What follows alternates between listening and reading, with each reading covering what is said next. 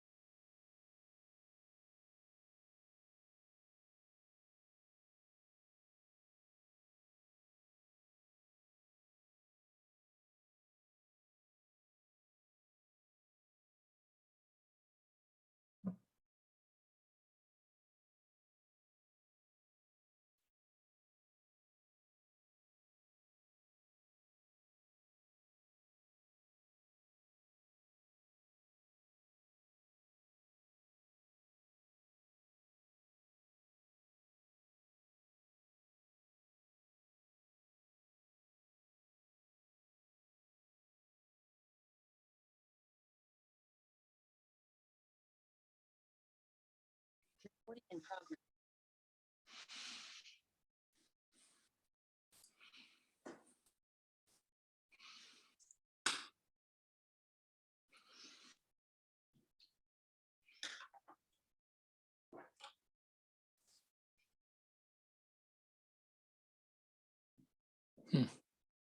Right now, it's 7,600. Oh, it's not the meeting yet. So it's 56, November the 8th. No, I'll leave for now. God, I put 1,600 on already since then. Jeez.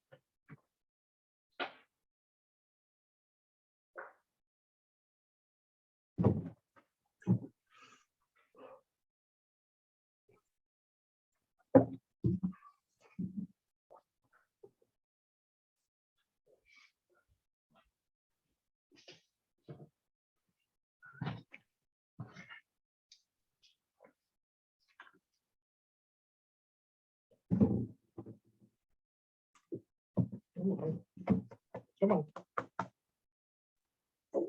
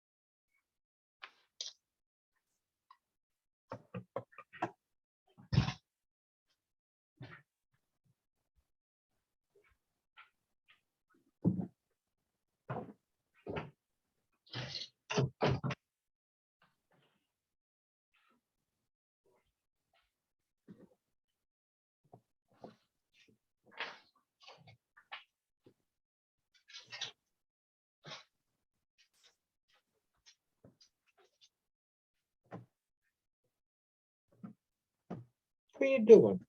Hey. What are you doing over there, huh? What are you doing?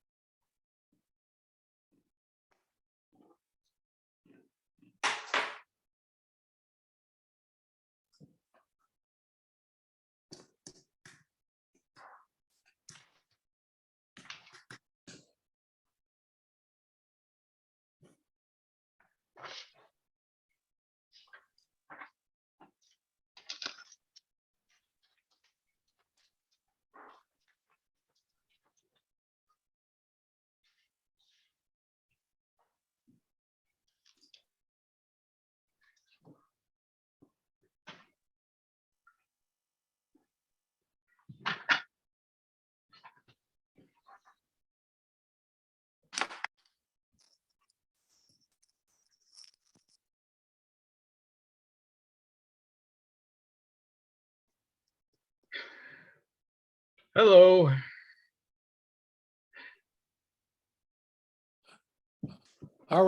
How are you tonight?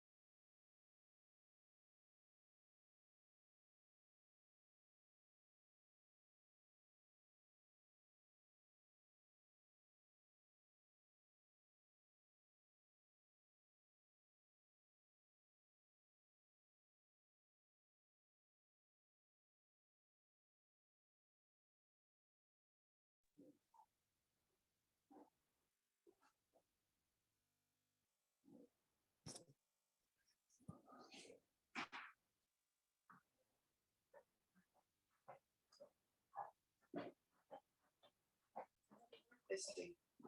Is that my credit card? Yeah, it's yours. How do you work this thing? Plug it in Seriously. and lift it up. It's a the variable speed one here, right there. How do you do the variable speed? The harder you pull it, the faster it goes. What does it actually do? The blade right there. So you hold it along to cut? Yeah, something? like that, like that, What do you use it for though? for cutting wood. Rather than using a ring saw? Yeah, just fine to work.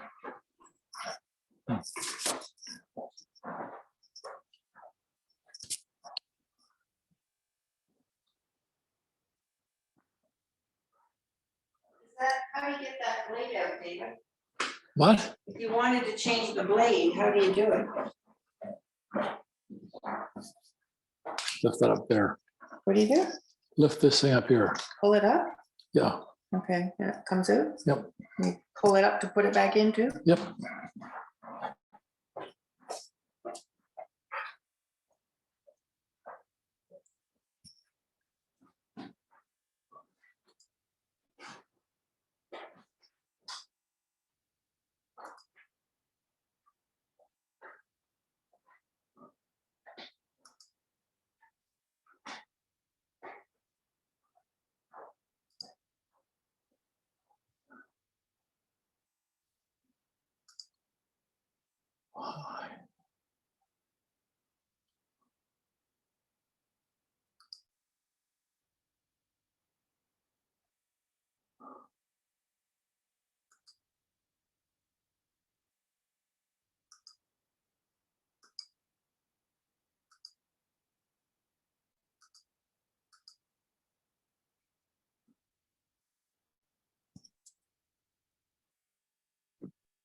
Mm.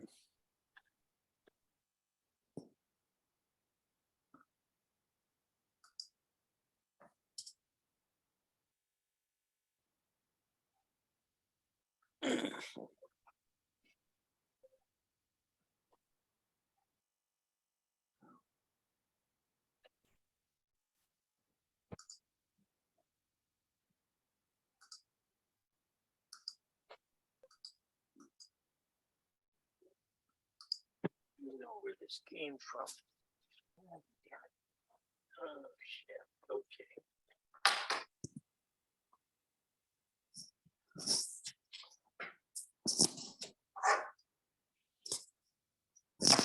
Ah.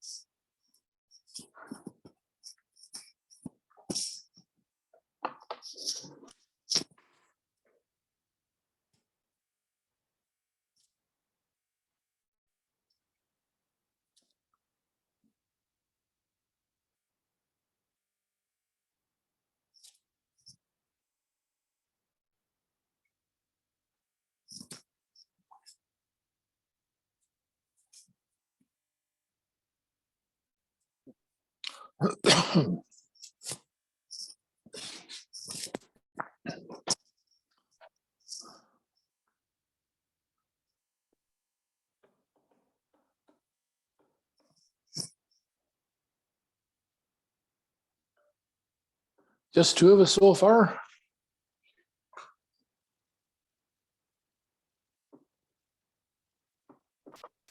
I haven't seen or heard from anybody other than those displayed. So Oh, somebody okay. turned on the recording, but I don't know who it was because I already had that notice when I logged on. Yeah, same here too. It happens every time when I log on. So, Yeah, Someone's- I see someone's- it as a pattern with when there's a hybrid meeting where there's a layout. You know, yeah. But when somebody's actually making a presentation, then it's different. Hey, Steve. Steve just joined us. Oh, yeah.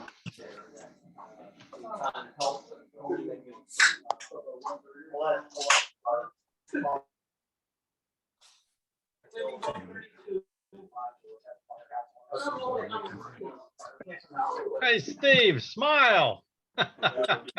Hey, I'm trying to get it to work. Trying to Oh, get this thing well, to we work. see you, we hear you. Yeah. Yeah. Okay. Now you see the floor. Let's see. That's good All on the right. floor. Yeah, that Nice. door looks nice too. Nice floor, yeah. Yeah.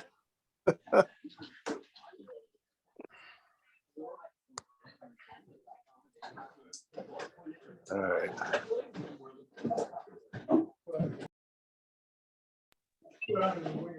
Nice chair too. Yeah, right. Yeah, on that table. Mm. All right. Yeah. So this is New Haven City Hall. Now that looks nice. It Yeah, this is does. pretty cool. Now let me show you the back end because that's where all the interesting stuff is. Am I supposed to recognize the building or is it just a nice house? So it's actually an interior in this city hall. Oh, okay. You can see it's actually papers on the desk. How about a Z-scale layout in the basement? This is actually O gauge, of course, and then there's all sorts of stuff going on in here. Nice detail. Yeah, Yeah. A lot of time on his hand with this one. the desk is too neat. Yeah. He's somebody Look at upset mine. crumpling papers up. Really nice though. Yeah, here's a board meeting. Yeah. Yeah. Thought that you were going to come there that same day. I thought I was, I think I forgot. Yeah, pretty cool. Yeah. Hmm. Yeah. So we were waiting. Well, the cookies right, make me hungry. Yeah, Here's the cookies. Yeah. they're out of There you scale. go. Ooh. You got some candies left over from Halloween. Snickers. They show you the back, the ceiling here. A lot of detail on this model. With the slate shingles, different color slate shingles. Steve, is this one you built or? No, this is from the layout that Ed Scoochers had acquired. Okay. What was his name? The guy from New Haven, Zupiccolo, I think is. Yeah, he had that large layout with Yale University on it and everything. And this is the city hall off of that layout. Ed has a large part of the layout downstairs. We're gonna go down there in a minute. Just want to show you guys this city hall, and then we're going to another room, and I'll show you what models he has on display here. That side of Westchester, where 100 comes in. Well, I hear Charlie. Oh, yeah, Charlie. Huh? Yeah. So he has some. Look like the 3D print Charlie's shells on the table for sale. Pittsburgh double decker. Yeah, I was just gonna say, yeah. Look at that. Yeah, I actually made that one and designed that one. In Pittsburgh, that could only run on two routes, the 73 and the 71. Every other route had overhead clearance issues. and it operated out of the Highland Barn. The city did not like them and eventually condemned them after about 12 years of service. How many do they Yeah, have? so this is the, I thought 6, but that may not be right, but there weren't too many. The staircase going to the top was one of those little round staircases some people put in their house while they're young. And the city always thought that these were dangerous. Hmm. And considering they were built in 1912, and if you certainly consider the way at least the women were dressed, and those narrow circular steps, that may have been very true. Yeah.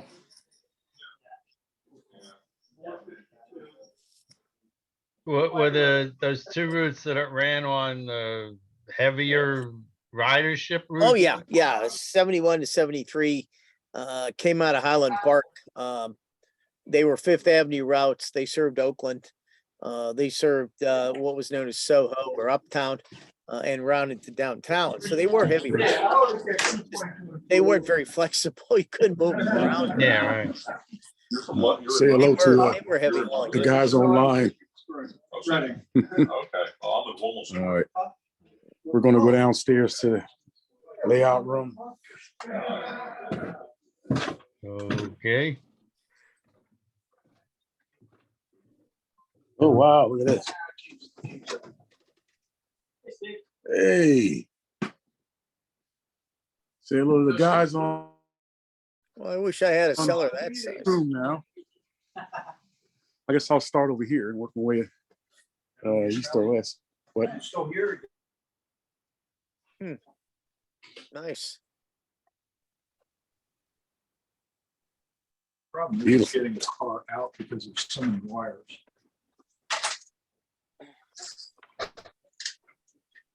Yeah. Those cookies are Layout making here. me.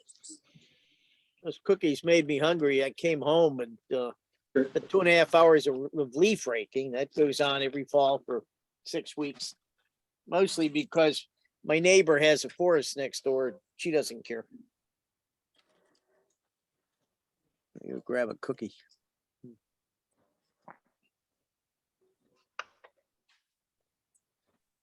I'm assuming Ed's layout is, since I don't live there, is Oskill. Yes. What was that?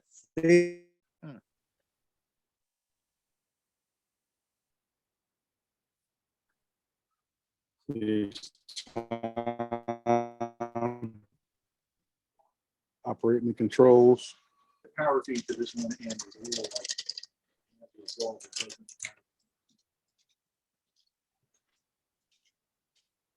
Nice.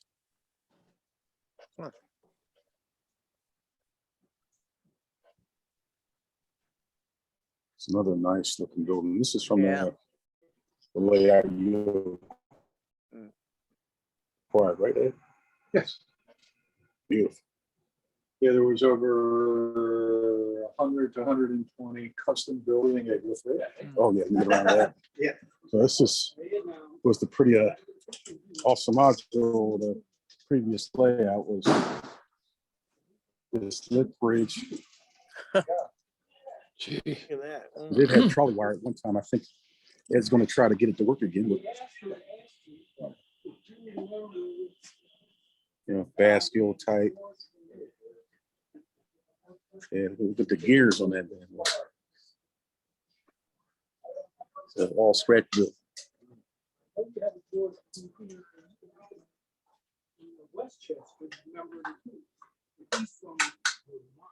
See down there the innards, how this lift bridge works. Yeah, that whole bridge structure is brass. Oh, look at that! I didn't realize the floor was actually see-through. It's See-through grate. It's open grading. Yeah. And inside here should be 2 massive lead weights. Oh, so it's Because balanced. to counterbalance Right. this, because if you look at the drive motor, it's not that big. You Yeah. don't need a lot once it's balanced. Right. The motor only has to overcome friction. Yeah. There's switch machines that will open and close the gates and blinking lights come on so the drivers won't go through. Hmm. Okay, you can see the fishermen here fishing off the side of the bridge. We have some in a boat down the other end. Oh, look at that. Oh, I'm sorry. Yeah. This is an awesome module, I tell you. It even has markers on the side of the bridge. It's they're actually LEDs. They're probably right. Right up. Wow. Here's the control panel.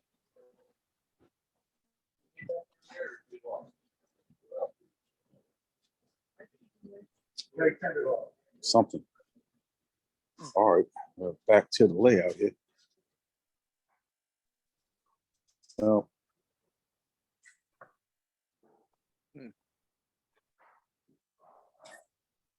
see, there's some of the modules of the. This is a pretty nice looking neighborhood.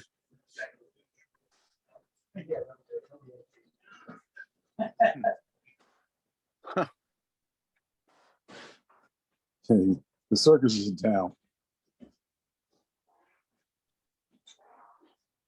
Yeah, these Victorians are really nice. I notice it's not blocking any streetcars, so. Yeah.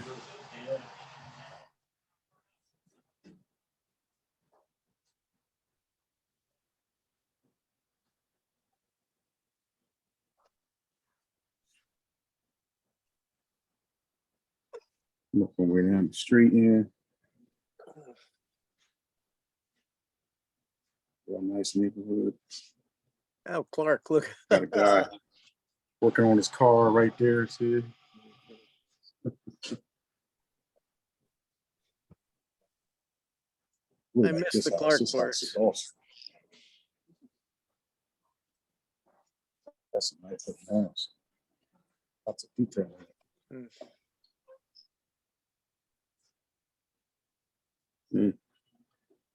Looks like Ed's putting the trolley wire in here. All this trolley wire is new. A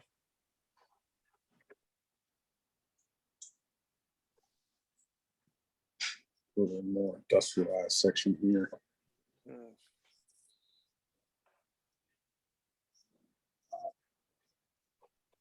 Some of the brick detail on this factory here. Sidings.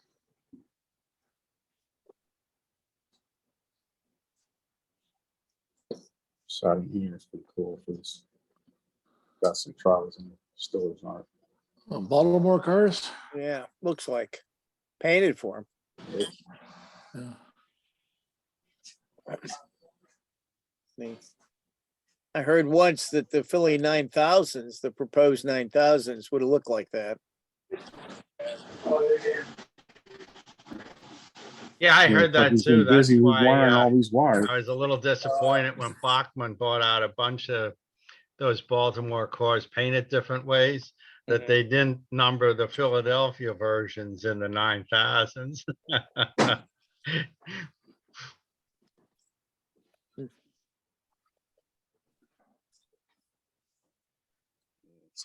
Some nice track work here.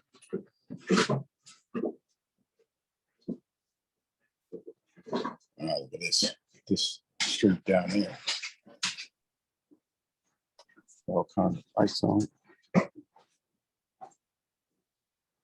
It's factories, very detailed.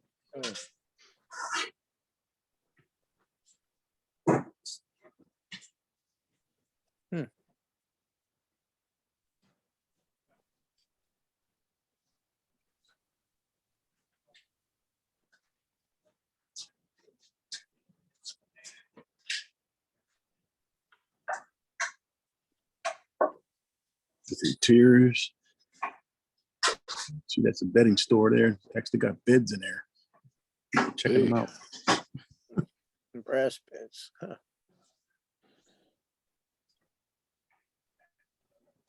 Sound of Music store. Oh, check out that bookstore. Oh my goodness. I don't know if I can get you guys in there without destroying the place.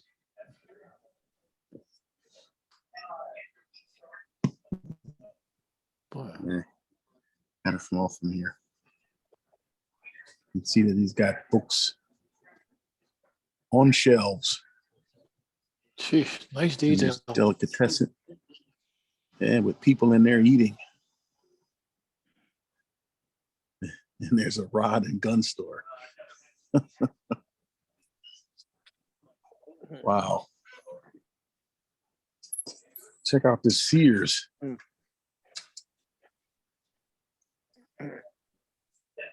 It's got ties and shirts.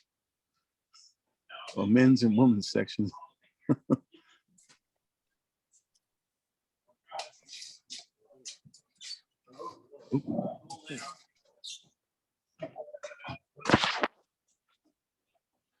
Sorry about that.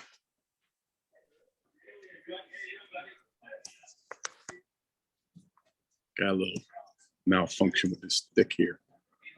Okay. Wow.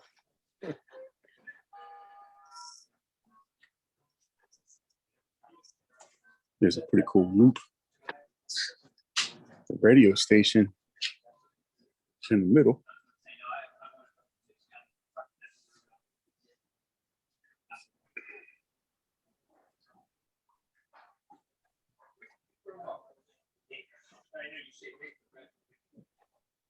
And now there's East Street there too.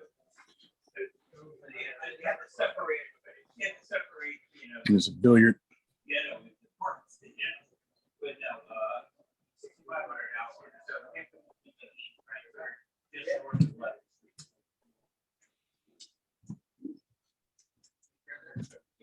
Almost at that time, it's almost right there. Do a view of the whole street looking back.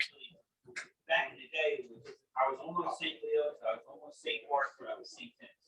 Okay, so I don't know. Here's the famous Grand Union. Guess he has to get this up to working speed.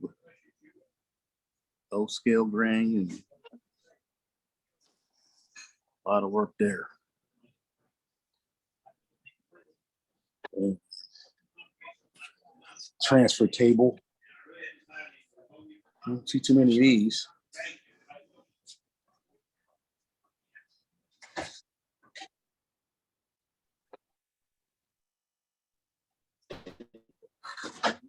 Car barn. Checking out the transfer table. Oh yeah, this is You look at nice. the back. Oh, let's look back. You look at the back. Ah, Screw drive. yeah. Quickly moving screw drive. Gear down motor. You could also turn it by hand if you need to. It may take forever before the table can move. Right. And there's the wiring behind the Grand Union, Yeah, here's a one. and that's simplified wiring. What that doesn't include is anything for relay control. Wow. Yeah. That's just all manual operation of a Grand Union. Is there any reason why that outlet doesn't work? It's not powered? Really? In this shop, there's a lot of detail inside the shop. It's got a little back shop. The wheels. No trim area. This guy was detailed. Yeah.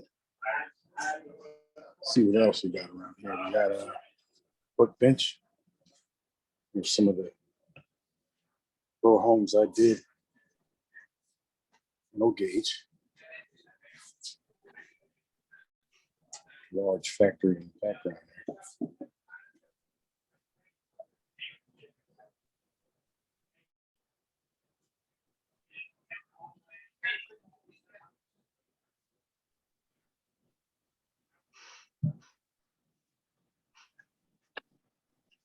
Some more, yeah, so there's just plenty more modules for expansion. Full throttle.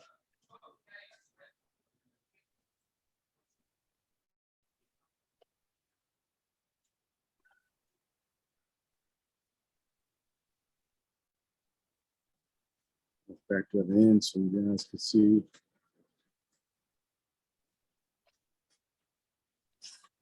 Pretty cool work car here. Little dumper.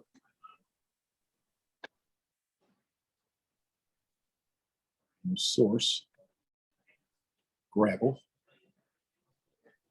And this is the rural area.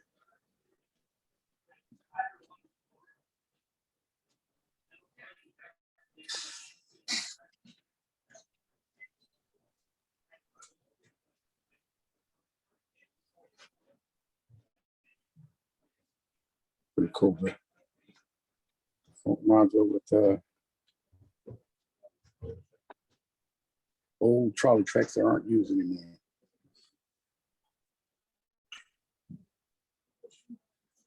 Here's the other end of the first module we're looking at.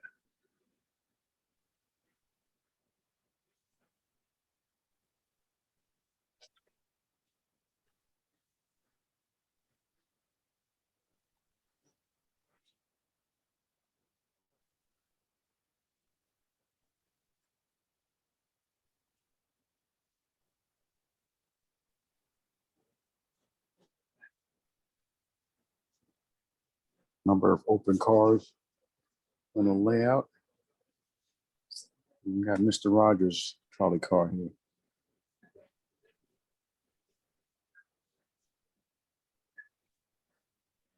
In the Tunerville trolley car. Here's one. Go to the controller. Behind the scenes, you see.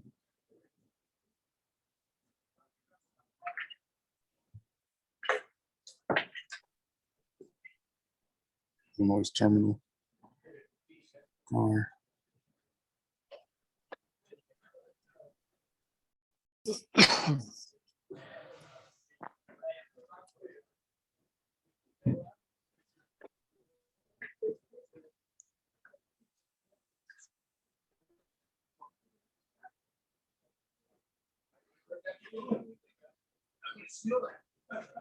So the pigeon's view of the whole area.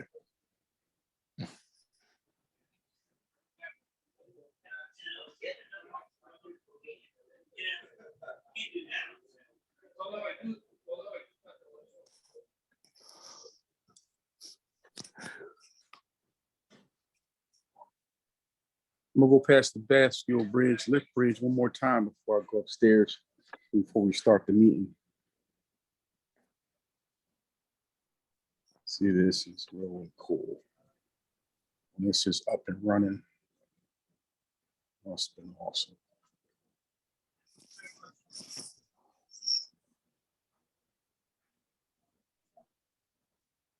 See this.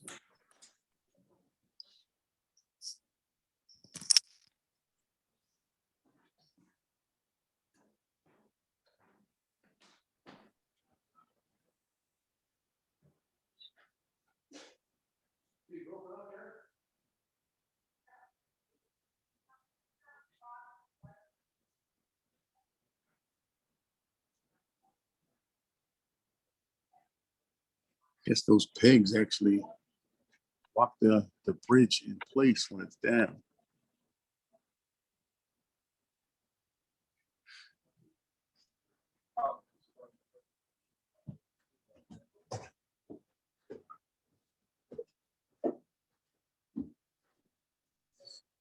Yeah, it's about to head up. All right, cool. All right, we're going upstairs. We're going to start. Going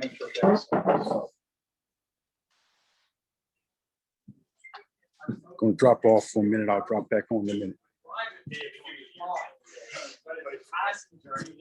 Yeah, some police do it if they were reading. They weren't just reading it hard.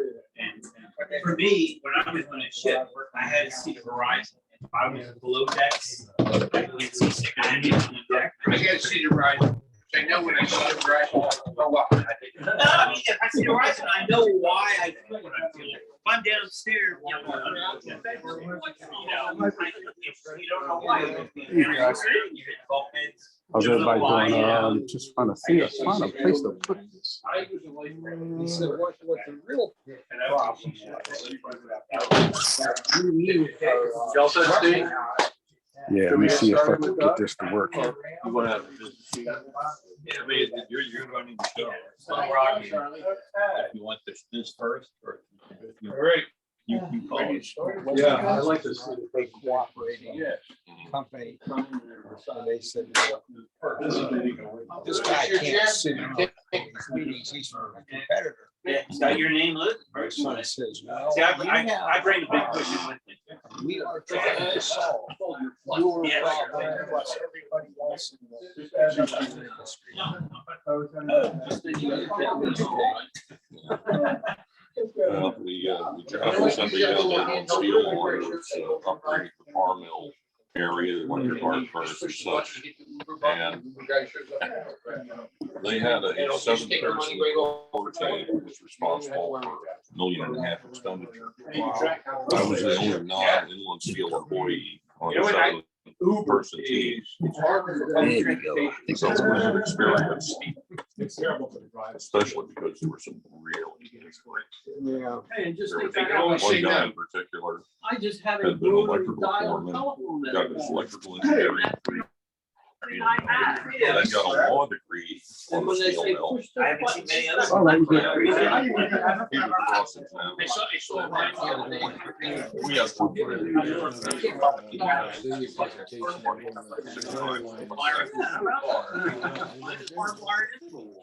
that was.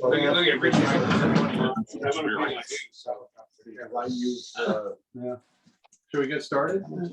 I hope so. We're having the meeting first.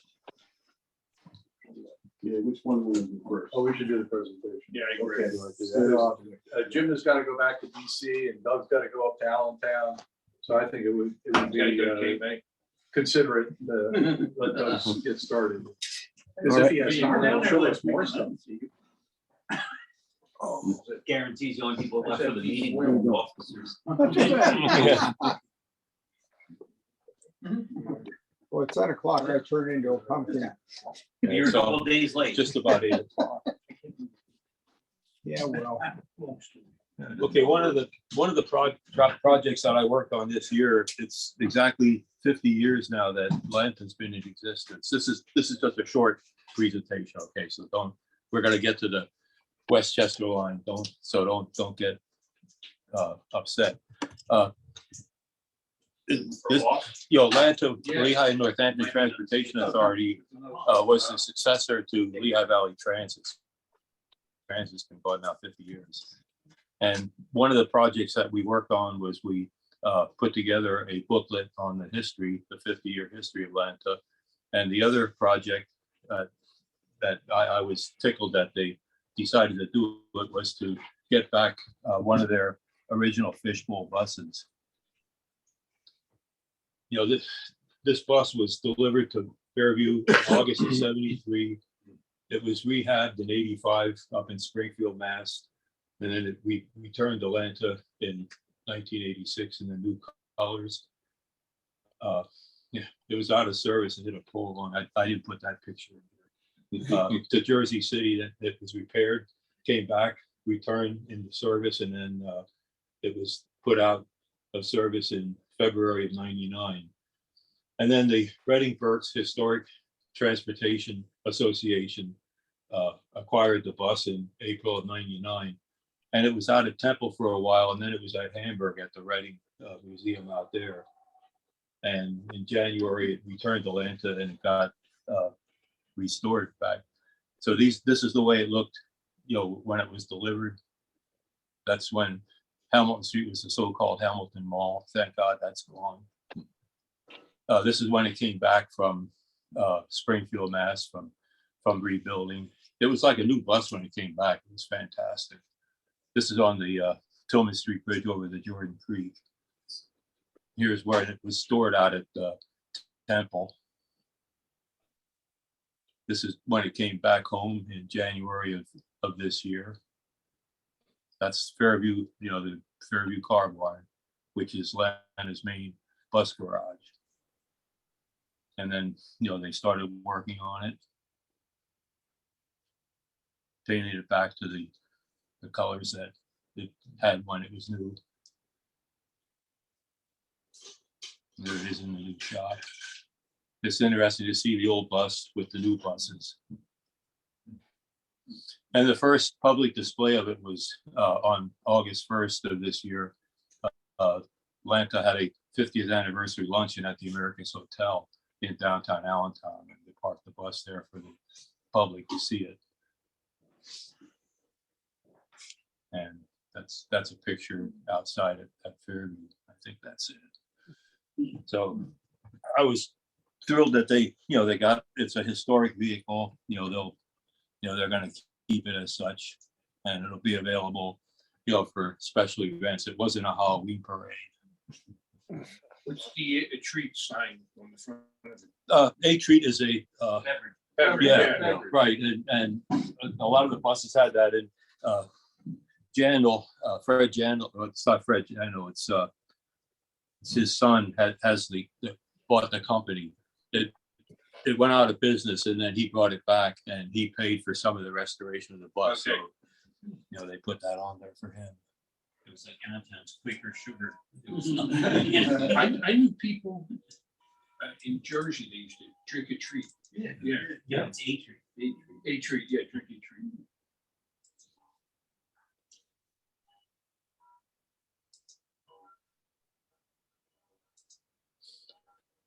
Okay, the Westchester line.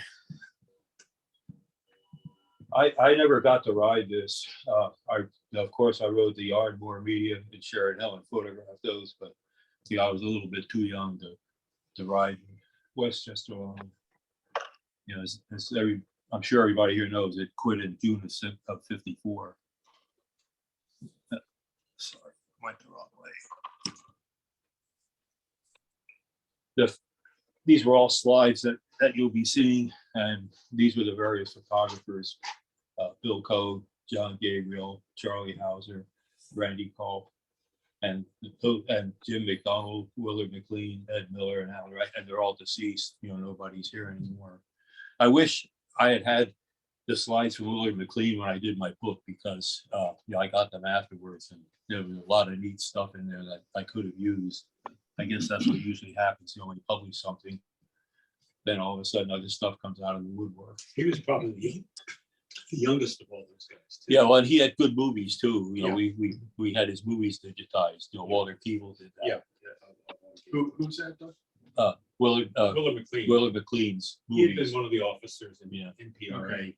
I never met him. Nice guy. Yeah. This is a map of the Westchester line. Yeah, this is this line going up. So we'll start at 69th Street. I'm sure, some of these slides you guys have probably seen, some you probably haven't. And here's a 2-car train about to leave the 69th Street terminal. St. Louis car. An inbound car.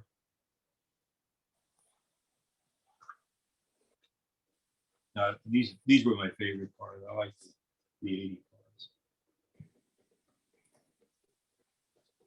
Can't get rid of the red arrow.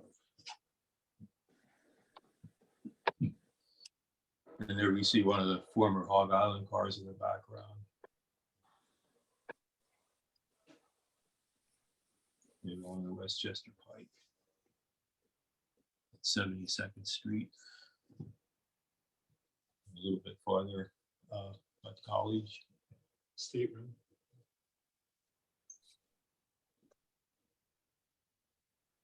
And there may be a mistake or two in here. If there is, bring it to my attention.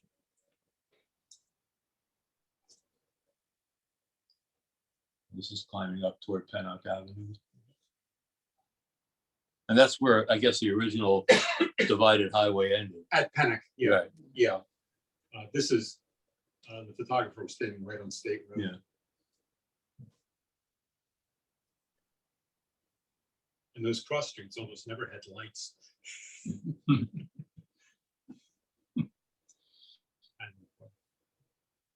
What kind of speed limit going on? What? How fast do the cars go? Anybody have In the 50s. Yeah. West of West. Yeah, West yeah, once they Hills. got, yeah, They right, really crank it up. yeah. So that slide beforehand, it was a 3-car train? Yeah, two. It's curved. I think it was the center that was kind of throw you off. That was right after the highway widened. Yeah, you can see the other side, it looks fairly new. Oh, Berliner. They a lot of vintage automobiles too to look at. We're getting close to Land Junction Township Line Road. There's Berliner 10, you know, which got wrecked, what, around 1963, I think.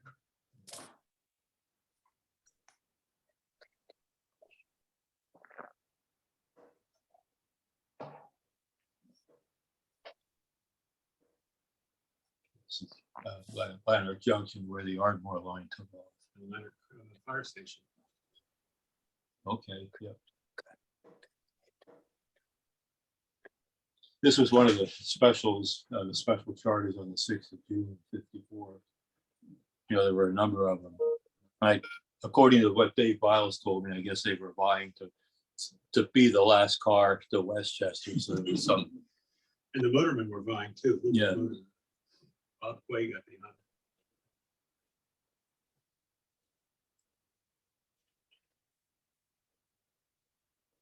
Yeah, here you can see they're, you know, working on the road.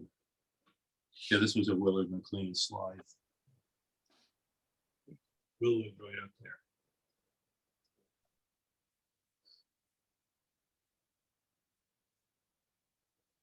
See, now we're down near the car barn. Do you move the, either the cell phone or the screen to, screen to the left or the cell phone to the right, capture more of the right of the screen? You gotta twist it. A little more. Great, thank you. Here's wonder if the Oh, battle, one of the Jewish cars. Right there. That's it. I wonder if the Battle of Lanark Crossing is still pretty big on today. No, it should have been. That's where it was. Yeah, Yeah. that's it, right? I remember that. I used to call that the bubble. I was there in Yeah, this was 2002 because Dave Cope's daughter had called, said Dave had wanted his ashes spread there. yeah, this was a snowstorm in November of '53. Dave Cope meant what? He wanted his ashes spread there. So And you can see they're it's like building the new road. Yeah. Soft fellas on Halloween. Oh, yeah. Yeah. She did a grandkid in your house? Yeah. 280 cars at the Lanark.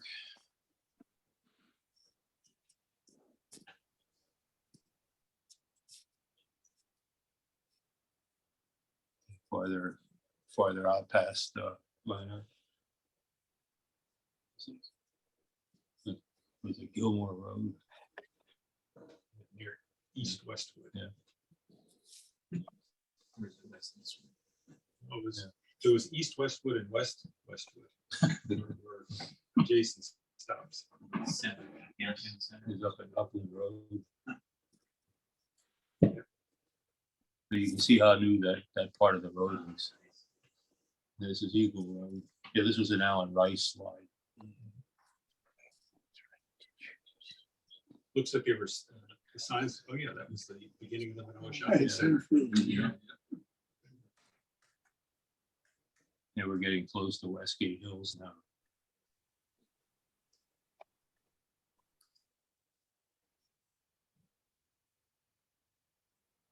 Glendale Road.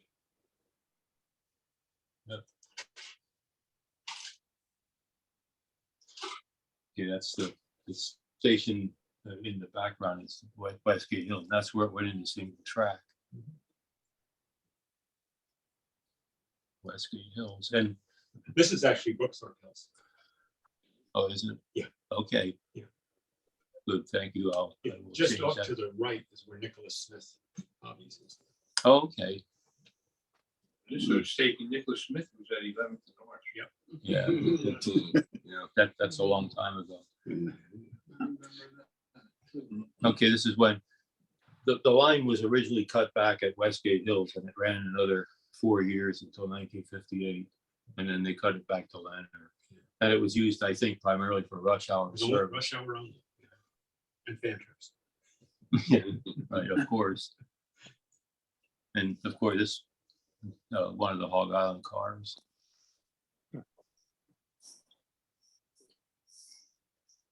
State on this, 1956. Yeah, in the, when they were repainted to be like the St. Louis, they got this.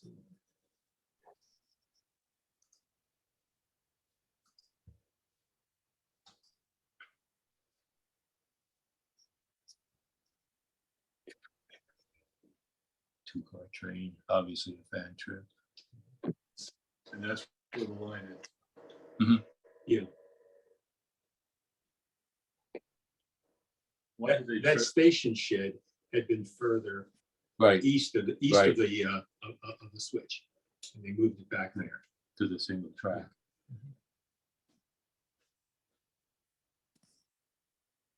Okay, there's a shot when the line was still intact.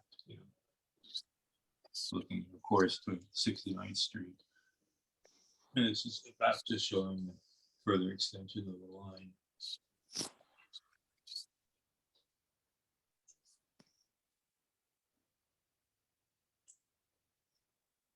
Was that Lawrence line Road. pretty much on Westchester Pike or vice versa before Ray?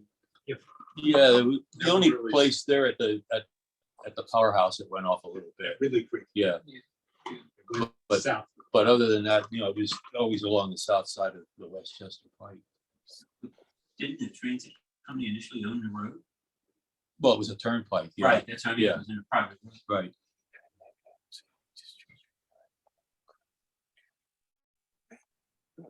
Route 3. That was Smith's. The Smith Sawmill. A couple more shots there. Looking back to 69th Street.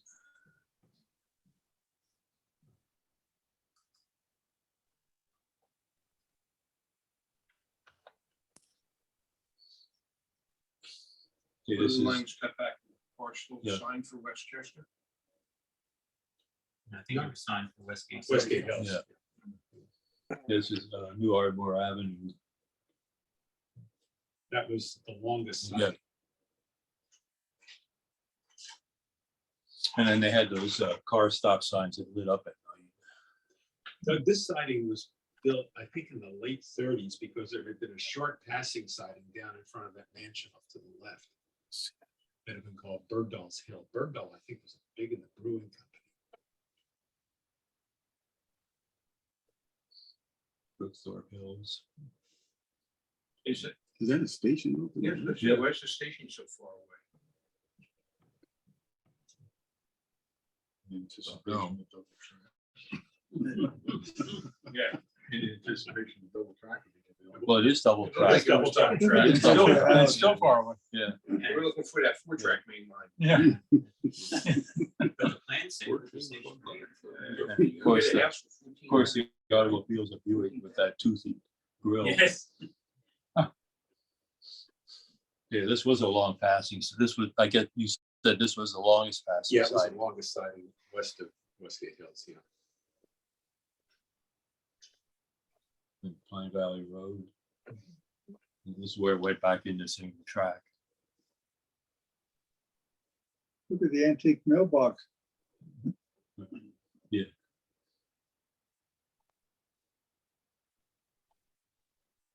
And that's looking back toward 69th Street at the same location.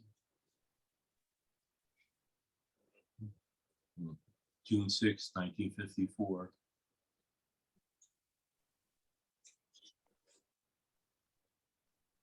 And now we're back to the single track.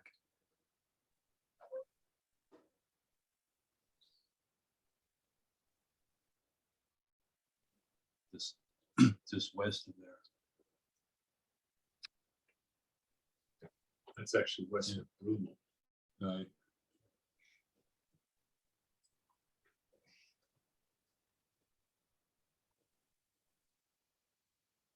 Sprawl Road.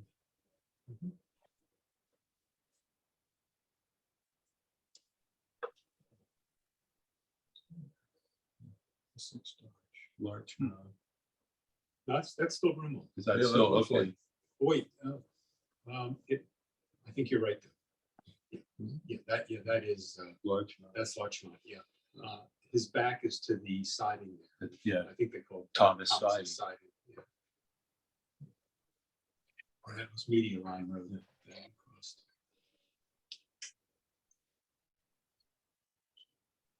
yeah, there's the siding. That was, I guess that was the only stub end siding. During the week, These half of the trippers. cars turned back there. Yeah. And half of them went through to Westchester. What school's that? St. Anastasia.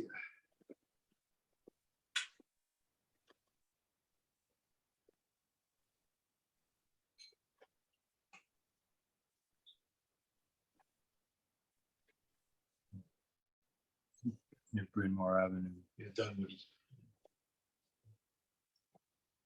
Yeah, that's Bryn Mawr.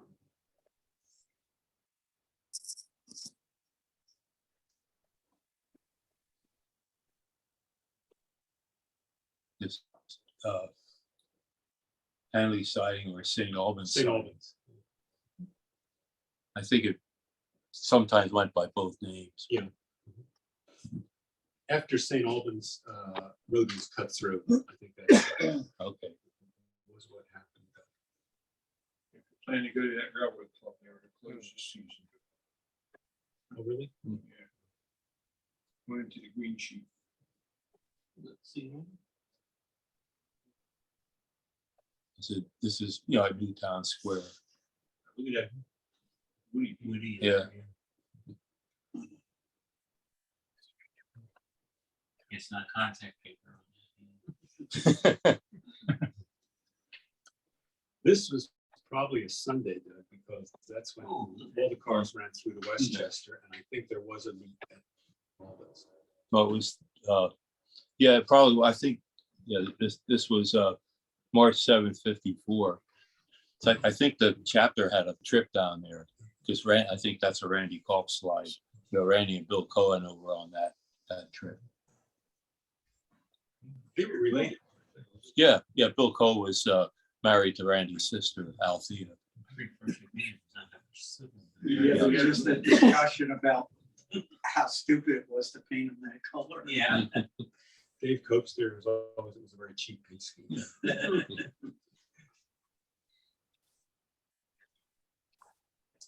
Senator car. And that's the only day, kind of day you'd see senators. Oh, right, snowy. Yeah. This is, west of Newtown Square.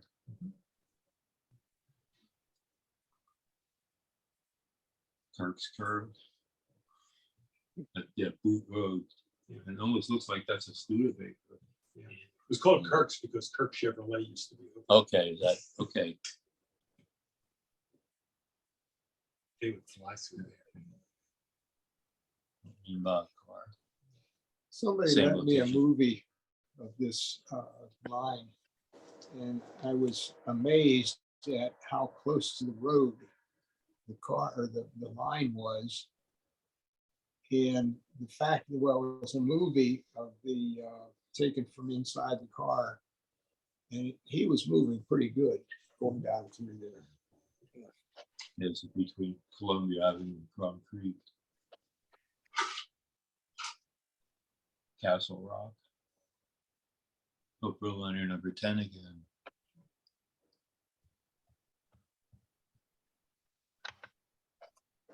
Crum Creek Road is at Castle Rock.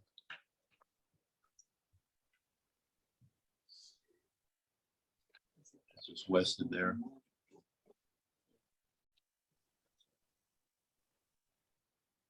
We're getting close to Providence Road. Coming towards Edgemont. And that's looking the other way to 69th Street.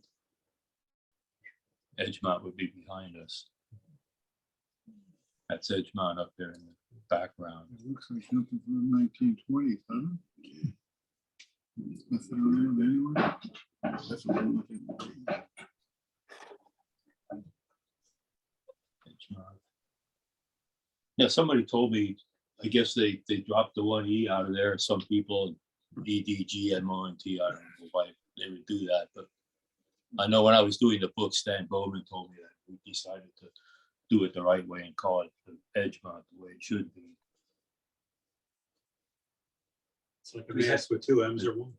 I'm sorry. No, I think they took the one E out, but the E between the G and the M. I mean, it's just like in Allentown, it's still the PP&L building to me, not the PPL. PP&L. They leaving Edgemont.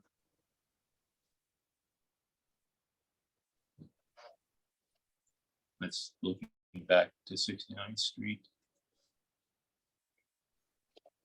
This was Edgemont passing siding.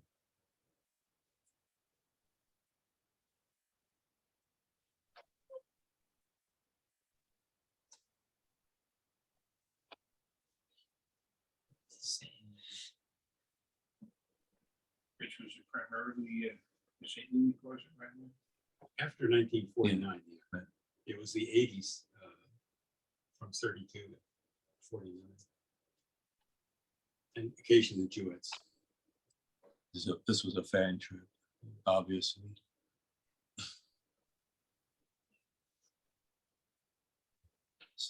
The date, September 18th, 1953. I'm not sure who ran it. And this is the west end of the siding, back into some of the track. Yeah, this was taken on New Year's Day in 1953. You know, Jim McDonald for some reason was down here, just like that shot at St. Albans siding. It was the same day. Yeah. Same day.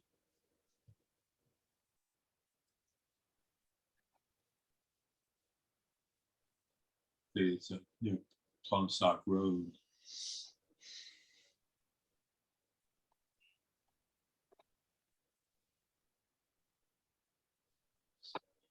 You were getting near the Delchester Farm. Which was the county line. That's the Delchester Farm building that you see there on the right.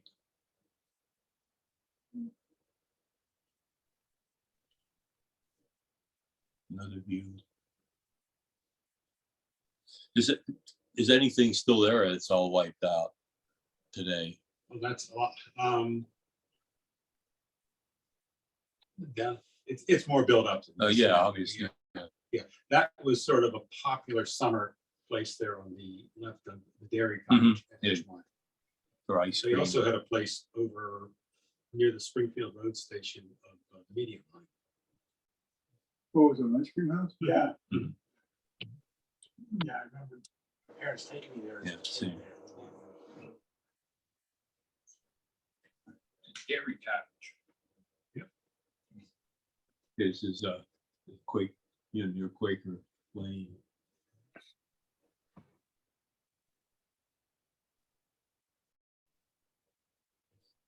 Fan trip.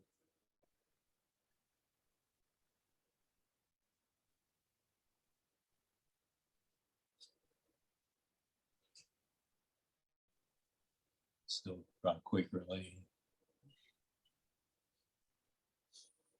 This is the Ridley Creek powerhouse. And this is where it veered away from the road a little bit. Maybe 100 feet or so. Yeah. And they had a siding here, I think, to bring, at one time to bring supplies into the powerhouse. With the cover bridge on that. Is that the main power for that line? Was out there at the end? Yeah. There was another one built. See here, you can see, the lines away from the road. They always had photo stops there. Yeah. Okay, this is the rest of the line now, to Westchester. I followed the Westchester Pike to Gay Street and then ran at Gay Street and then at Gay and Hyde. This was that same snowstorm again in November of '53. It was at Street Road. Same thing. I think that's a Mercury.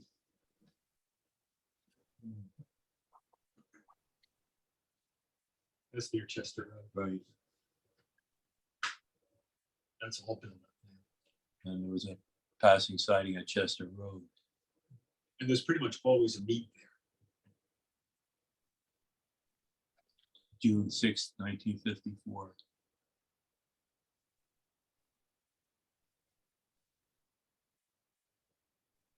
It's the replacement bus. Yeah, an old look bus.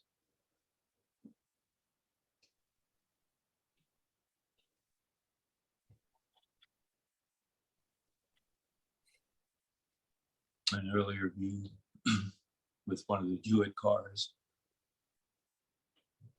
That's the one that had the grill trucks. Yeah. Did it have? Yeah, grill trucks. Oh, really, like 77 E something.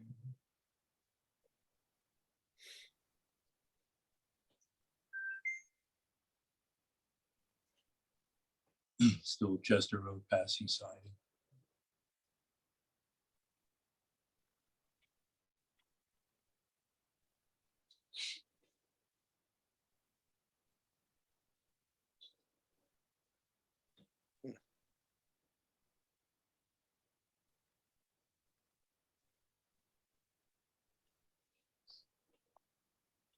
We're that's Chester Road just behind the car. Chester Road.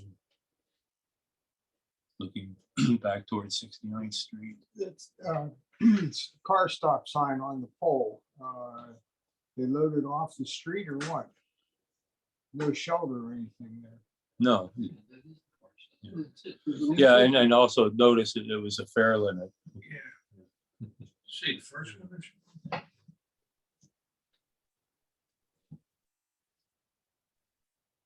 Going towards Hilltown Hill. Westchester, they always collected the fares outbound until they got to Newtown Square. Then the motorman would collect the fares, and then they would collect the fares as people boarded.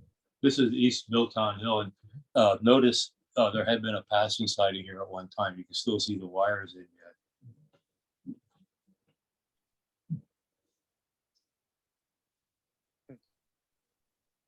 The Westchester Waterworks.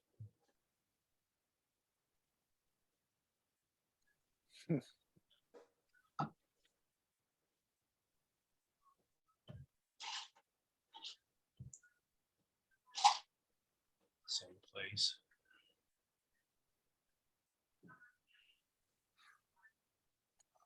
June 6th, 54 again.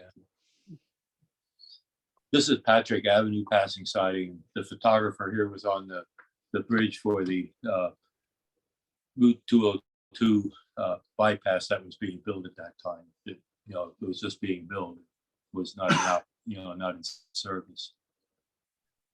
That's looking back towards 69th Street.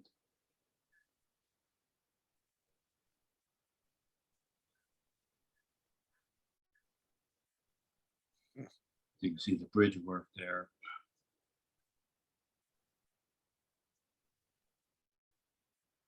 June 6th, 1954.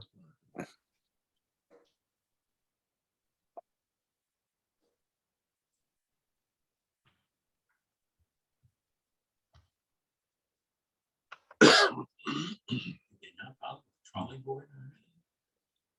It's obviously a fan trip. Yes. Wouldn't go away anyway. Yeah.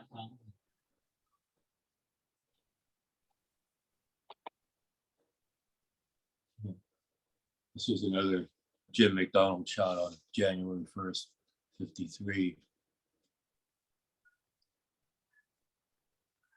Okay. So that Paoli Road. It's the beginning of street running too. Yeah, here's where Westchester Pike turns into Gay Street.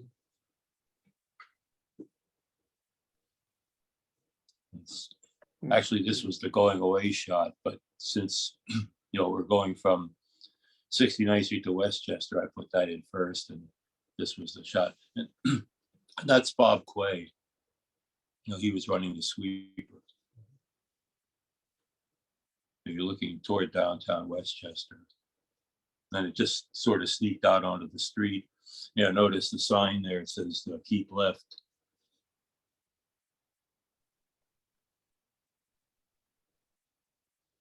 Because the tracks go off to the side. Same place, looking east. I'm not sure where the photographer was on this one. But it's sort of a neat shot. He was up high. Yeah. Yeah. Yeah. Yeah, he didn't have a drone. Early drone. Very long. Selfie stick. Yeah. Say the world's longest selfie stick. It's in front of the post Okay, office. with Gay Street in Westchester. This was the end of the line.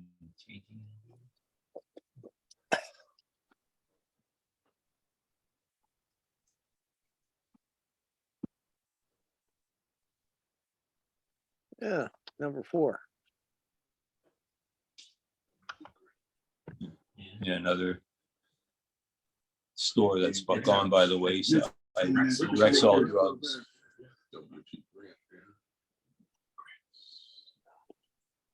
Huh. 80 car. That's 50. Almost. That color scheme is the way that. Wait, this one here? No. That was. And you can see there used to be a connection here to the Westchester Street Railway at one time. That's why you see the curved track there. I believe. So that's the trip on the West. My favorite line, of course, is LBT. I did get to ride that as a kid. But my second favorite line, of course, is Red Arrow.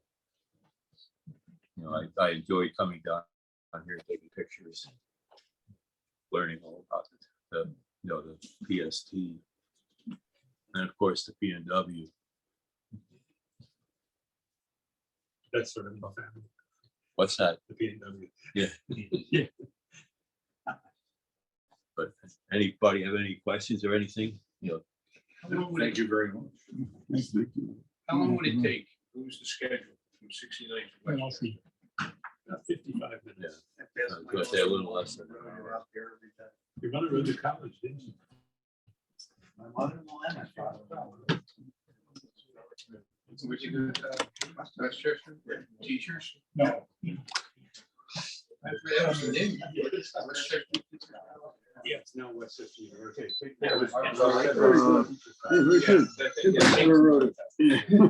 So when the buses took over, same time, or did it take longer? Not any longer because of traffic on Westchester Pike.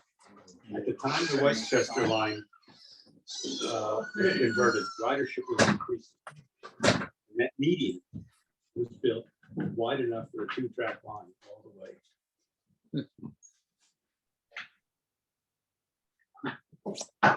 All right.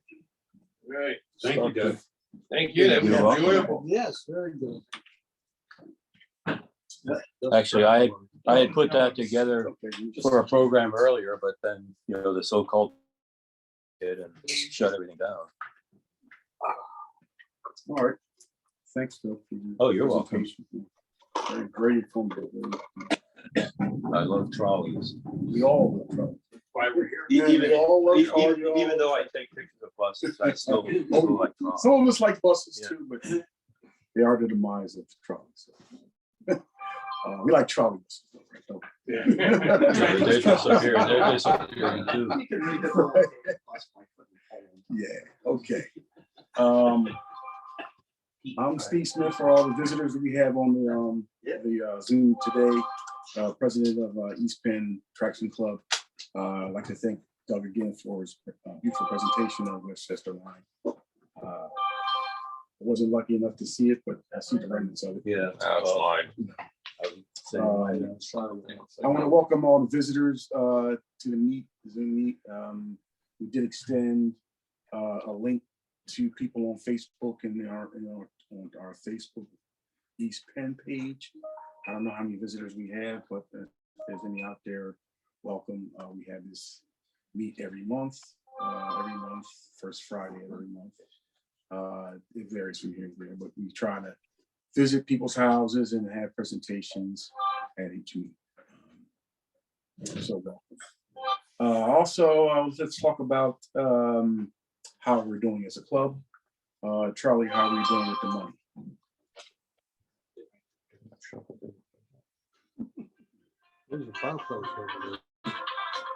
Oh, we also want to thank Ed for Yes. providing his house. His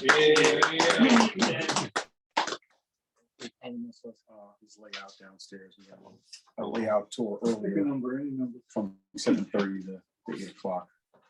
Probably go down there after this business meeting. Yeah, and we have $328.21 in the cash account, $3,287.65 in the checking account, $15,781.13 in the money market account, and $94.88 in PayPal, for total cash and bank accounts, $19,491.87. And of course, that doesn't include the calendars that were sold and the people that paid their memberships at this meeting. So far, we're doing pretty good. So we're almost on the way to break even for the calendars. Yeah, we're right now, we're within $70 of breaking even. Although we'll probably get a substantial charge when we get the credit card bill in about a week or so for the postage that I charge for the credit card. The calendar orders have been coming in, so we basically are the 550 calendars. We've been paid for 300 so far, so we're over half. That's good. And so question. Yes, a couple of years ago, you cut back on the quantity of calendars that Yes. were being Yeah. printed. Did you do the same thing this year? Is it the same as? It's the same as last couple of years. There were 550. Yeah, there was a period where we were up to getting about 1,000 printed. So we had more retail outlets. Yeah, see, that's when there were a lot of like independent bookstores and all that Hobby shops. basically were sales venues for it, and they basically disappeared.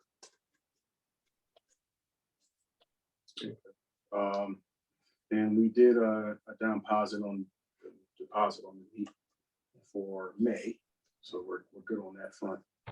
And we're putting together programs for the meet, as well as starting to put out flyers for them.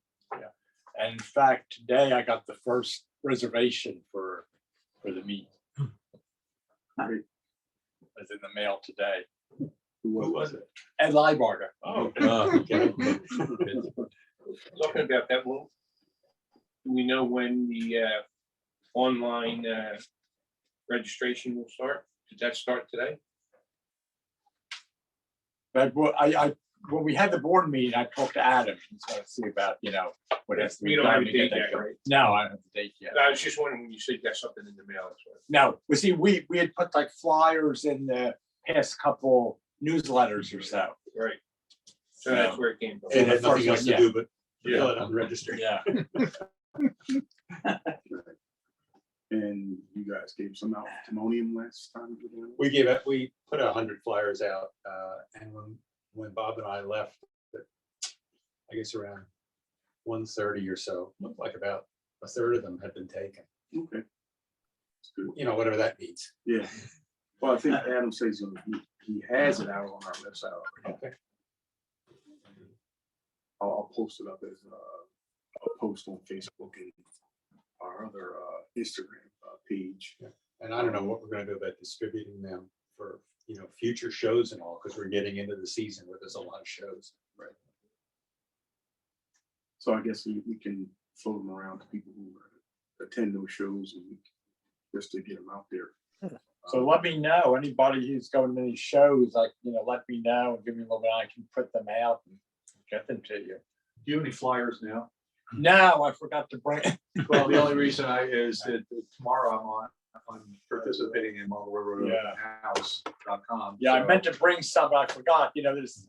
Well, there's one in I the can newsletter. print them down. It's in the newsletter. You can probably print it. I'll just print it PDF. out. Yeah. That's, I think what I might do, I'm going to that show at the Constotters in December.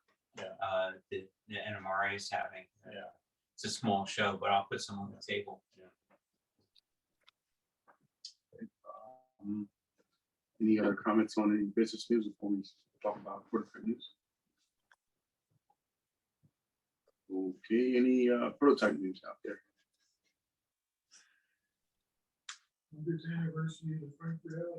Today. Wednesday. The 3rd, right? I thought it was the 4th. Wednesday around 2:30 PM at Bridge Street. We missed it. Oh. I gotta wait another 100 years.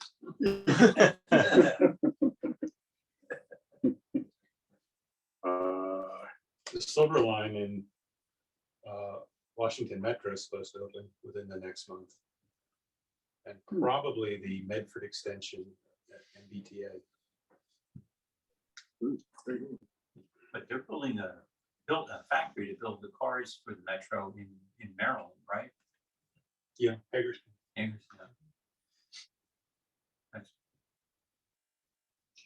Is anybody aware of a light rail line down in Charlotte, North Carolina?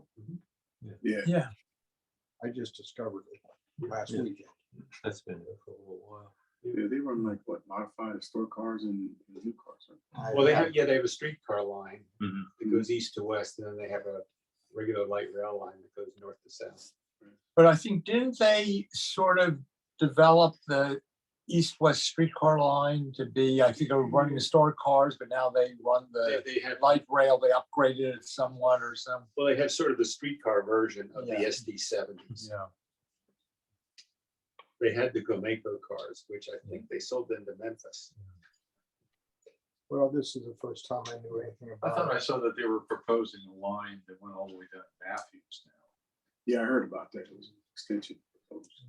I know We're some folks were proposing a second working lane, on that line. north, south. east, Did you west, go to whatever. the NMRA regional convention there? Yes, I did. How was it?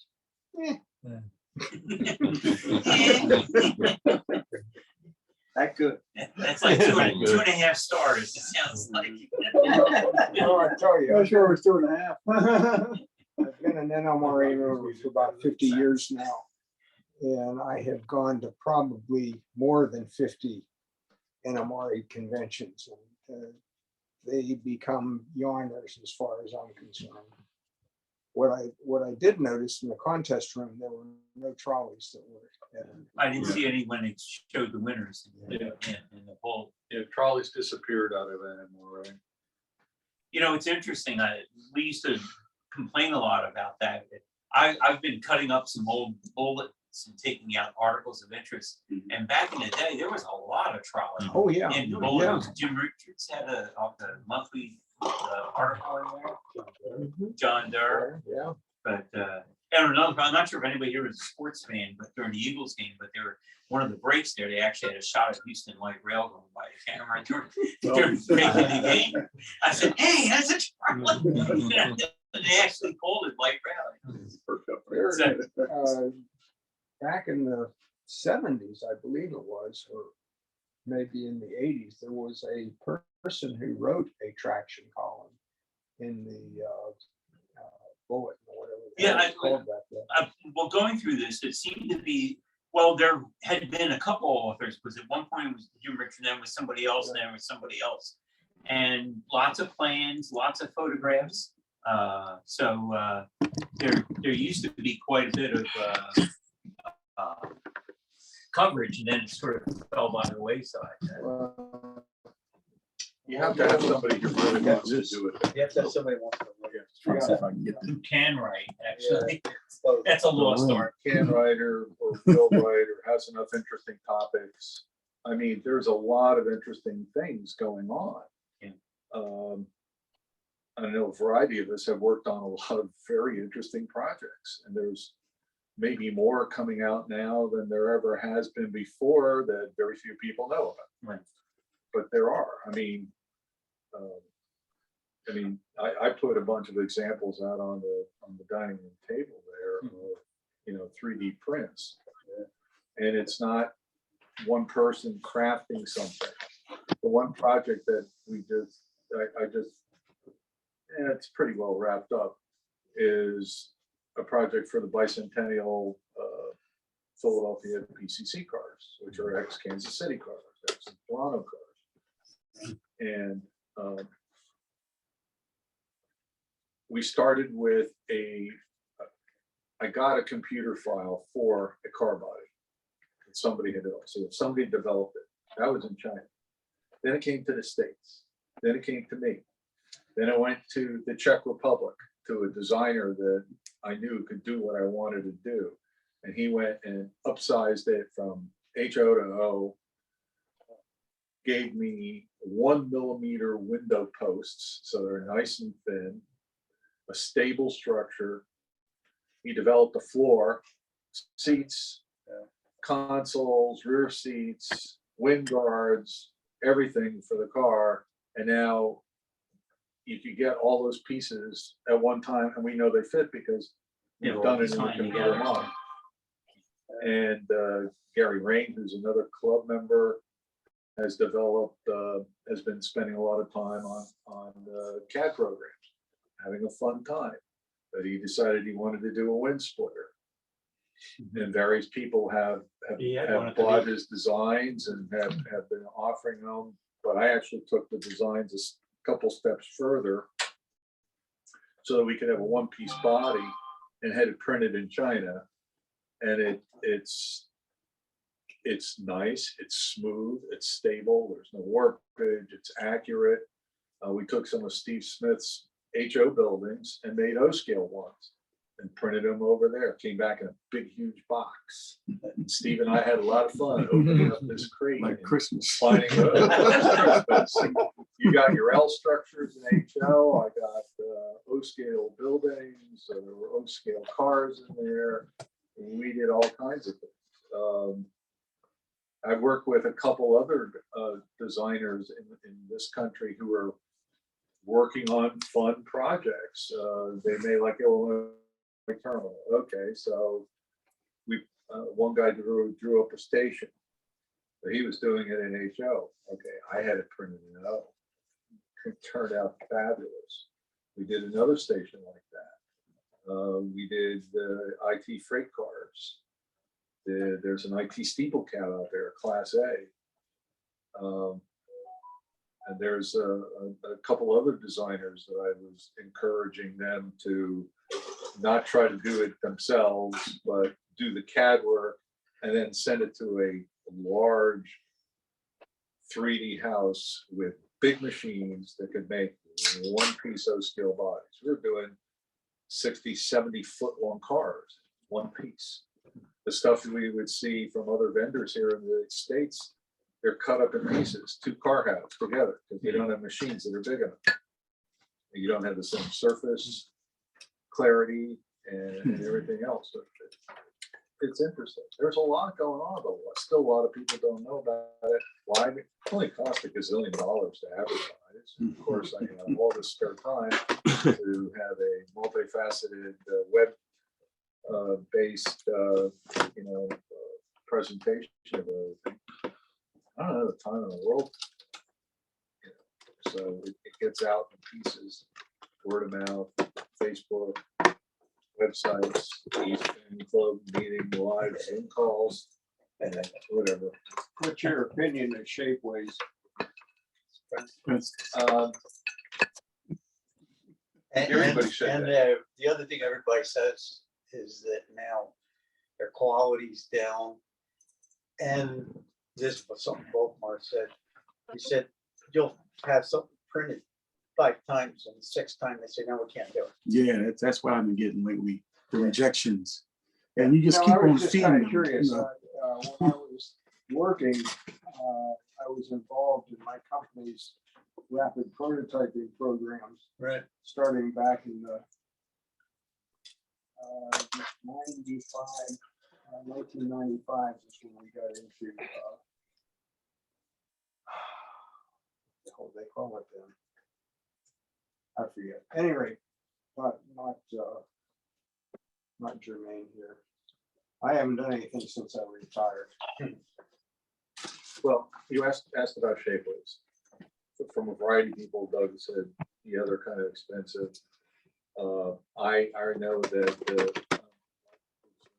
design work sent it to Shapeways to get printed, and it took 2 times, and it still didn't get it right. And we sent it to a different vendor, and the 3rd time right. Thankfully, they refunded my money.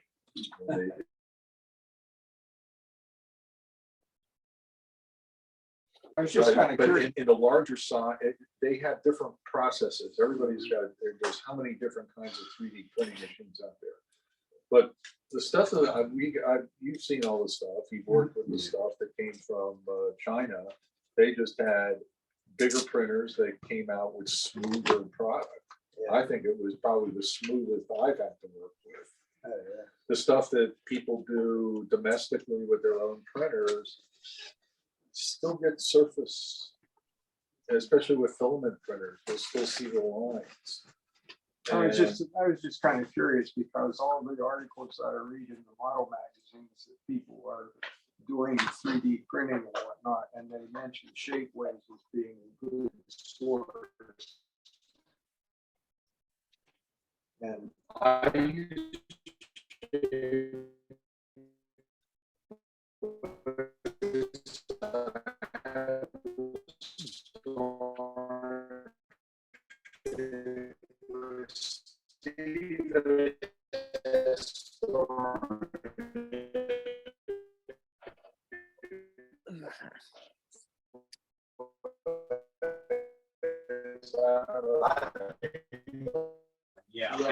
But that's in Belgium.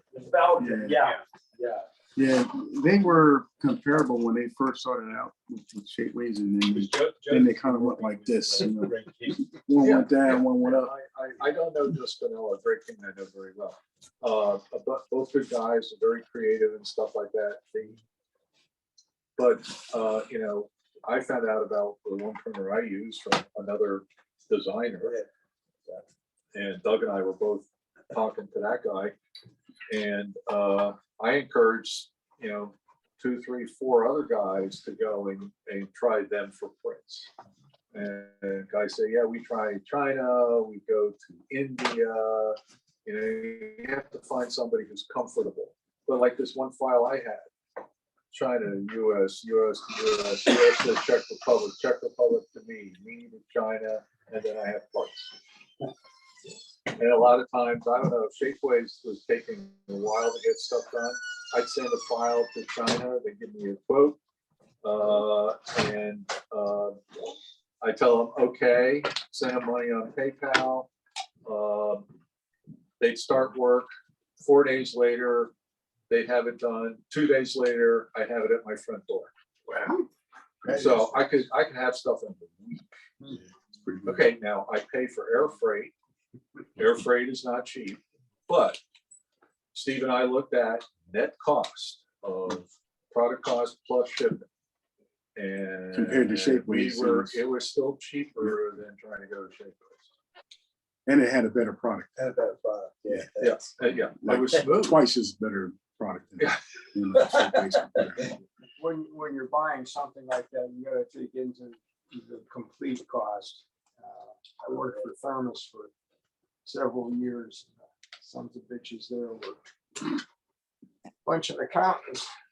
They look at the tooling price and say, we can buy it for half that price in China. Okay, fine. Now it's gonna be on the water for a month. Right. You're not making any money. You're paying interest on it. When we got it, we gotta change a lot of things to get it to fit into our machines. They did a study, one of the guys in engineering did a study, and he says it cost us less to buy the stuff in the United States when you get all. Well, there said is and a done. difference because when you get to O scale, I say maybe an HO, everybody's kind of comparable. Now, start going to a 60-some foot body in O scale. It's a big piece. My first pieces that I had done, there's a Loreline car there. They printed it vertically. They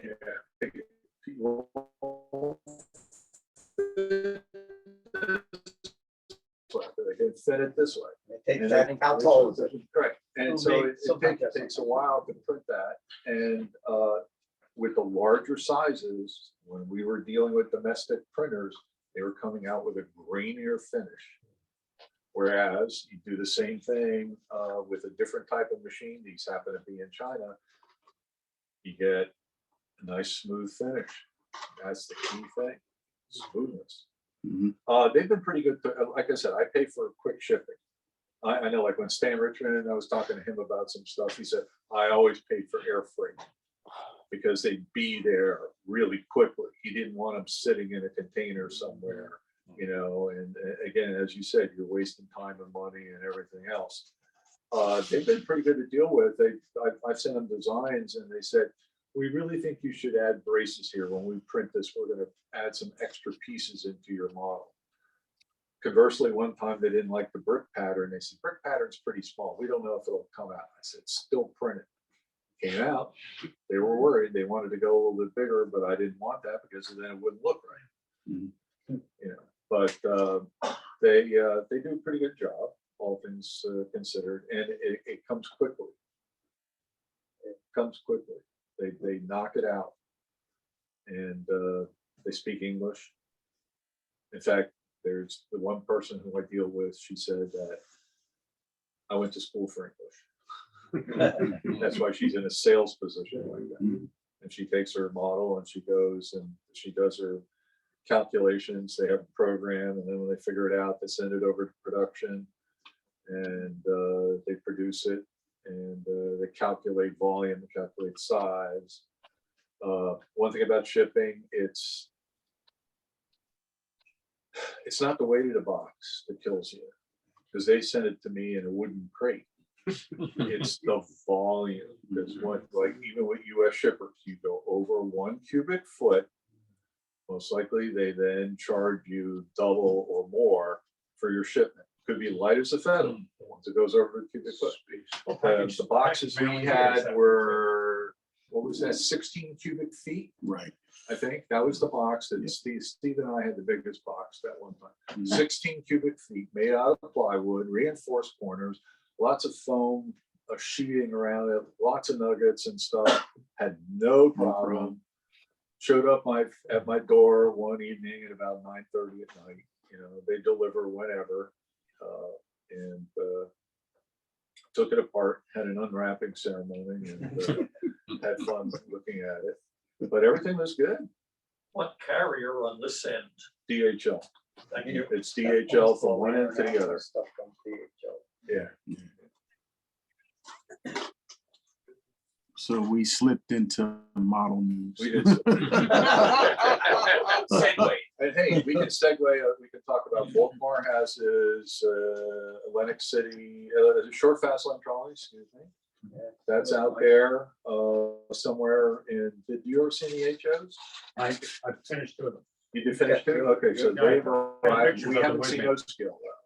No, he's still working on, he's trying to refine the design so it's easier and quicker to print. He said the prototype just took too much effort. And I've been trying to encourage him to get the file so I could send it to a printer. I know to see, because he's trying to, again, use his own machine. That was my pitch with another designer. Use that to prototype your parts, and then when you're satisfied, take your files and let's send them to somebody who's got a big machine who can knock it out, and let's see what they can do. Yeah. But he does wonderful work. I mean, he's creative, he's done truck side He's frames. very and- kind of the detail and, Yep. and if there's a problem, he'll fix it. Yes, Because absolutely. the side frames that initially came with the short pass cars, there was a mistake in them. Oh. It was a misprint. And he just did them all over and sent them to, I think there were like almost 20 of those that were sold. So Oh, fabulous. yeah, he did very, very well on that. And I think he's trying to, with the O scale and Doug, have a separate window insert, so you don't have to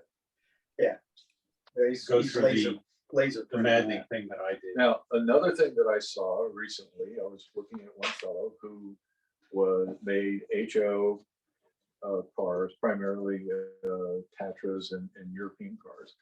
He was using his computer skills to laser cut windows, which he could then inset into the frames so that you would get the best look for the outside of the car.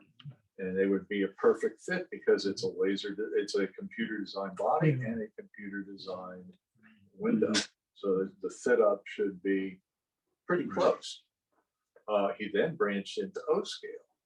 And I said, oh, that's great. You need to have some. But he's on right now on the other side of the line and he can't get stuff out of this country to the West. There's a manufacturer who's in Russia, gets his stuff from China, but it gets shipped to Russia. He's got 4 and 5 prototype trams that are sitting in Russia that can't get over into Europe, where a lot of his customers are. I deal with 3 builders in Kherson in Ukraine. I talk to them occasionally. They were still there. Nobody is making anything. All their workers are fighting. It's a sad thing. I've actually got 4 cars sitting in Kherson that are all finished. They're beautiful. I've seen a photo of them, but there's no chance I'm going to get them for quite a while. They can't ship out. I can't send them money. It's a sad state of affairs for those. There's 3 very good builders there who put out trams and trucks and buses and all kinds of stuff. There's that other guy who's in Belarus, right above Ukraine. Yes. He can't send anything, and he's doing beautiful work. But everybody, St. Petersburg tram, they're on the wrong side of the line. So this is affecting us as model builders. And, it's a real shame. It's a real shame.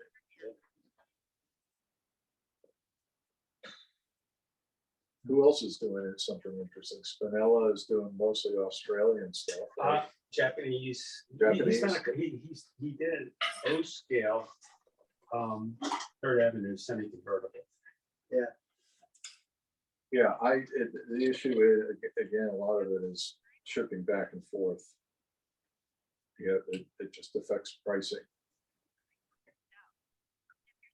But yeah, and of course, Greg was always great at making patterns and casting stuff, and he's done a lot of cars. He actually just did some San Diego cars, but they were ex-Wilkes-Barre cars. And I said, hey, do you think you might be able to cast me a couple of those for Wilkes-Barre? And he goes, yeah, sure. Okay, and he showed up on my doorstep a couple of weeks later, but it's a bunch of parts.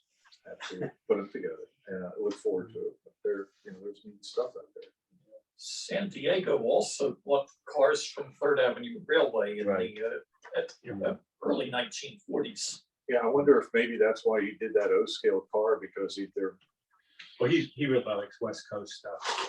Yeah. He's got guys knocking on his door. Hey, let's do these models. Guess it's a squeaky wheel, right? Maybe it's time we have him come back and do one of our meetings. Yeah. Actually, I'd be interested in having a warboard car done. Atlantic City, right? Philly, Wilkes-Barre. Gee, I think Staten Island too. Okay, so, and they sold enough of them. It kind of looks like a Hog Island, but it's different body. Yeah. And it could be used at a variety of places in a bunch of different paint schemes, satisfy a lot of interest. John Kennedy was going to do Also it. different places. John Kennedy had that in his list of things he was gonna do. Yeah, John Kennedy's website is no It's longer. gone. Yeah, how's he doing? Not great from what I understand. I mean, I haven't seen him for some In a time. long time, yeah, and his wife was not well either, so. I think that he doesn't go far from the house. Like nowhere. Well, I talked to Jim Mauer, and Jim told me his state of affairs, but it sounded like That's he why was gonna do Volkmar that. took over the Sure Fast Car project from him. Oh, that had Yeah, been that was his. Kennedy. Oh, really? Yeah, that had started out of Johnson. Interesting. Maybe they could make some sort of deal on the convertible car, because he had that in his proposed stuff to do. The plans are out there. I've got plans that were drawn up in Wilkes-Barre when the guy went to the yard and measured up the cars. So they're gonna be accurate when the car was up there. Besides whatever else is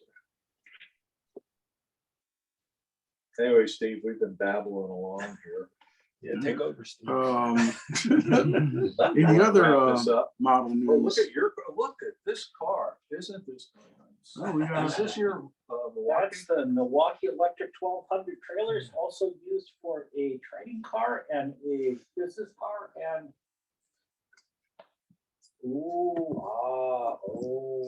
That's my Price is Right. Okay, family. Yeah, thank you.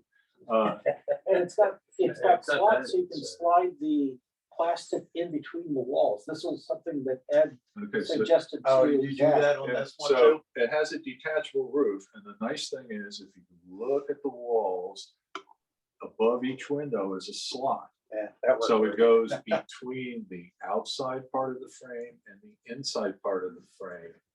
And it saves painting time. Right, Doug will attest to that because my Berkshire Hills car, Berkshire Hills or Yeah, just Berkshire Berkshire? Yeah, that private car.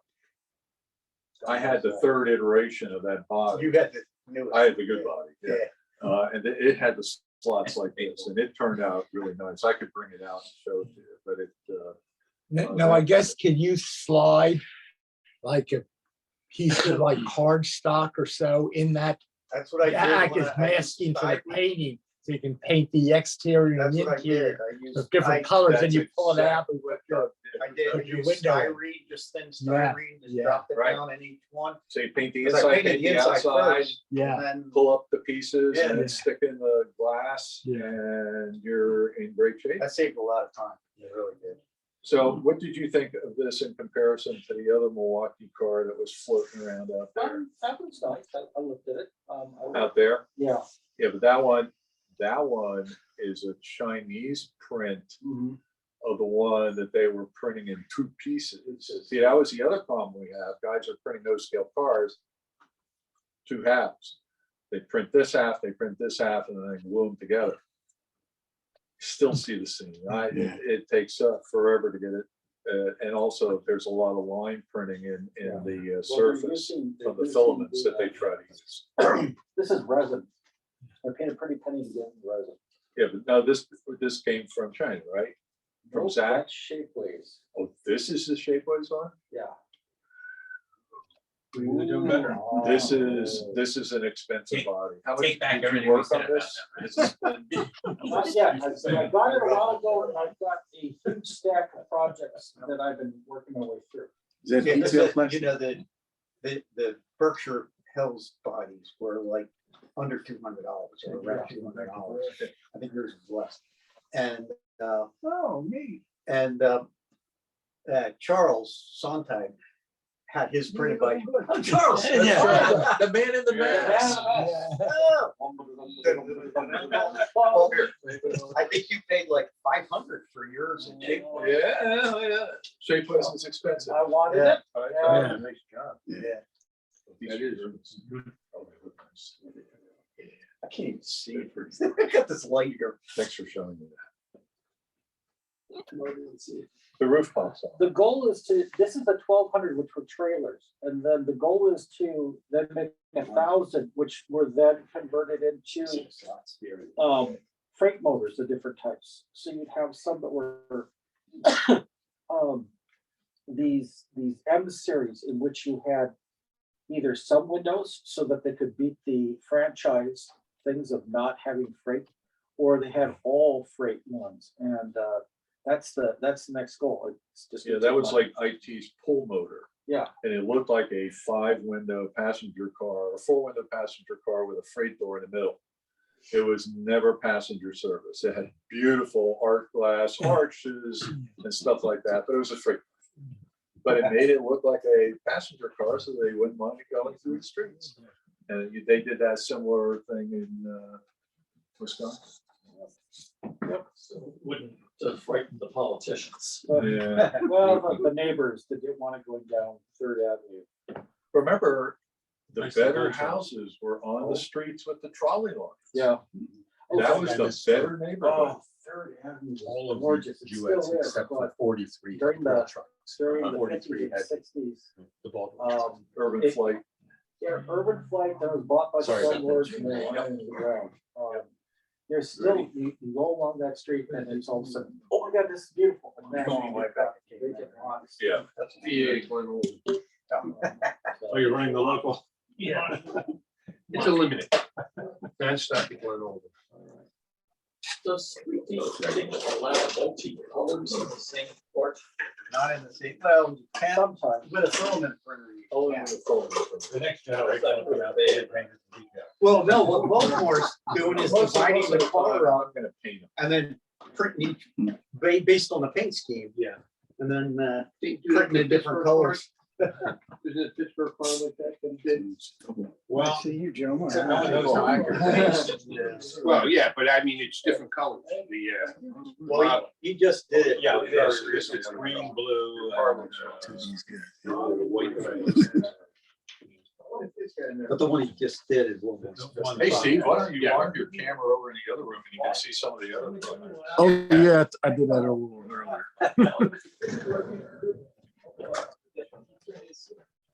Hey, aren't you gonna ask about the Bowser KC cost? You want to talk about it? Yeah, in the future. All right. Yeah. So the Bowser cake. Yeah. Cake That's not KC the ask- cars No, except are in the they have future. them advertised now. And, Yeah, I saw advertisement and I got happy, but yeah. you told me nothing was coming. What is that? Does anybody have? Just don't know, right? Oh, yeah. Video. Yeah, these are from Bob Foley. You can't do anything. No, I. Okay, guys, Let me see what I can find out. Yeah, I mean, I don't, you can have them. I'm probably going to sign off right now. My phone is getting a little low. That he closed. That's like you take them to a house and just transfer. I mean, maybe Like a joke, maybe. Those are still on. Well, like I said, you can have them. All right. I'll talk to you guys later. Have a good weekend. And before we Thank you for having us. adjourn the meeting, we're doing it already. We checked out the helicopter museum and Dave Gallagher and I, and they're very accommodating to do what we want to do. They have lots of space available. They can move things around. There is a lovely conference room and we're all set to go as far as he letting me know the newsletter, in the newsletter when we can set up and whatever. Okay.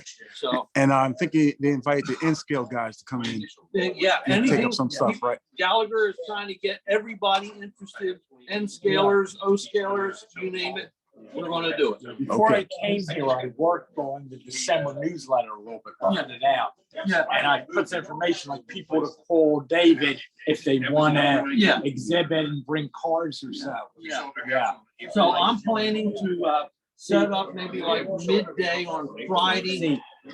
And the thinking I had, I think we'll be able to do something very similar as what we used to do on the Thanksgiving weekend at Bryn Mawr Hospital. Yeah, yeah. I think we can do those type of things. Okay. So Great. real quickly on the helicopter museum. All right. Thanks. Huh? All right, everybody. See you next month. Oh, Have a good weekend. oh, yes, it's going to be a meet we can run at. We have Friday, we have Saturday, and it extends into Sunday. And that's more or less to entice people coming to the helicopter.